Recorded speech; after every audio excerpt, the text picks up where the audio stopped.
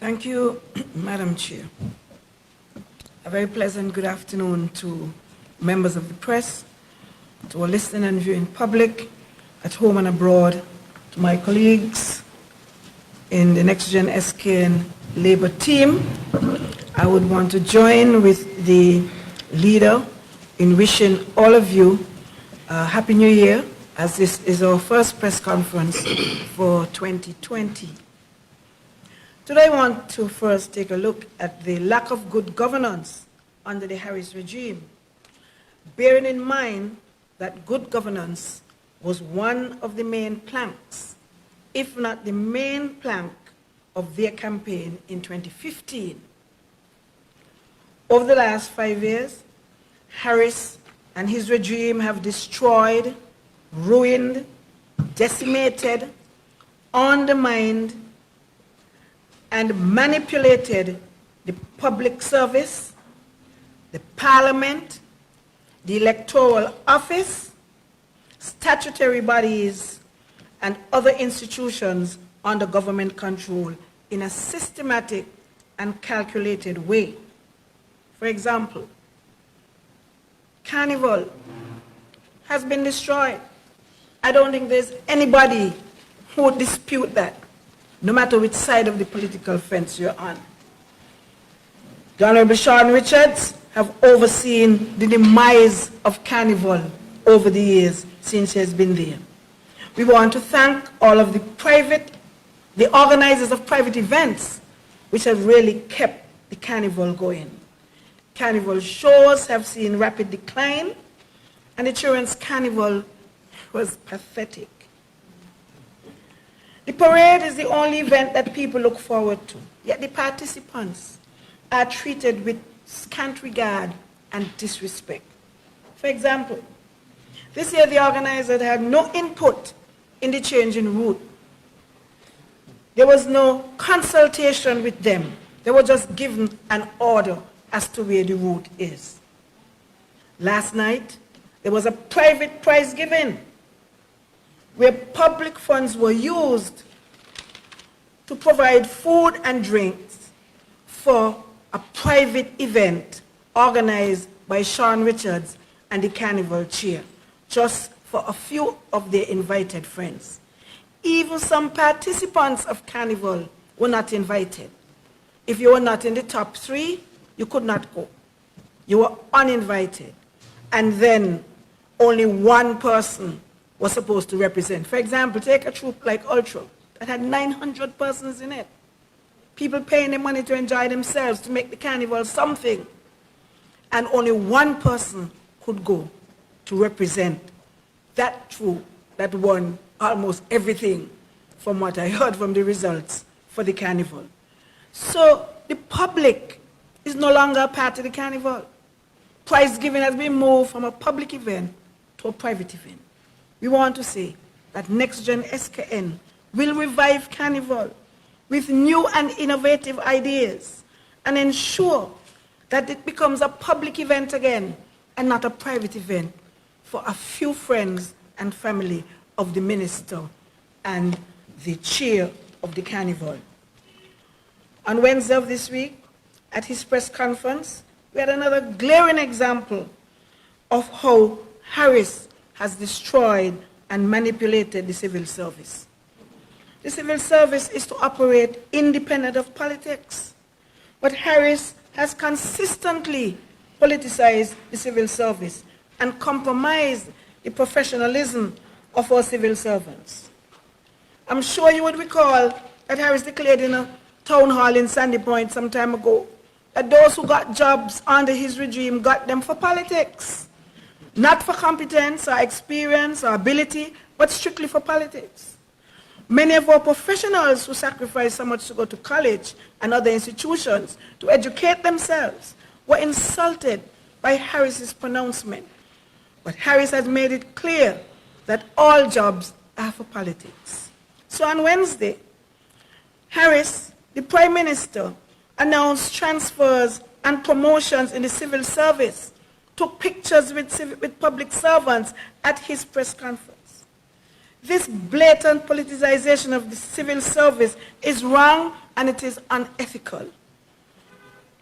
Public servants are appointed and transferred to the Public Service Commission, not through Harris or his government ministers. And it is the Governor General who makes these appointments according to our Constitution. If you look at Section 79, particularly 2A, you would see that is how it is done. Not for the Prime Minister to go out there and announcing transfers and promotions in the civil service. So in his announcement, Harris interfered with the constitutional process and has compromised the Public Service Commission and the Governor General in the process. I am told that some of the very people whose names he's calling are being transferred, they have nothing to show that this has happened.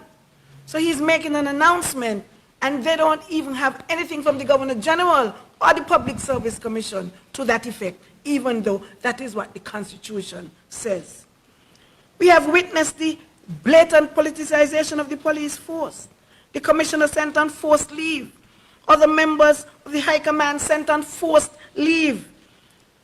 Both eventually removed from the force highly trained police officers and replaced by those police officers of lesser training, but who Harris believes will carry out his bidding. We have seen the politicization of statutory bodies and other institutions, where the boards of the Social Security, Development Bank, and National Bank are now running those institutions on a day-to-day basis, much to the distress and annoyance of the workers in those institutions, but who continue to remain silent on these matters for fear of losing their jobs. Harris is able to appoint his family members and close friends in top positions without any interviews, without any advertisement of these posts as required by law. So he is in fact breaching the laws, flouting the laws to make sure that his family and close friends get these appointments, as we saw with the appointment of his sister as a magistrate, his other sister as head of payroll, his niece who got 2 promotions within probably 2 years from junior clerk to administrative officer, his brother in the prison, his brother at Development Bank who went from general manager to CEO and his salary practically doubled in the process, just for a change of name. One of his close campaigners appointed as a permanent secretary who never before worked in the civil service, catapulting her over civil servants who understand the system and who have the experience and who are better qualified, and again, without any interviews and without any advertisement of the post. The appointment of PLP officers to chair Development Bank and to head Social Security. Civil servants and workers in statutory bodies and other institutions are at their lowest morale. Is this the good governance we said that we voted for? Is this it? But I want them to say to them to take courage. Hope is around the corner.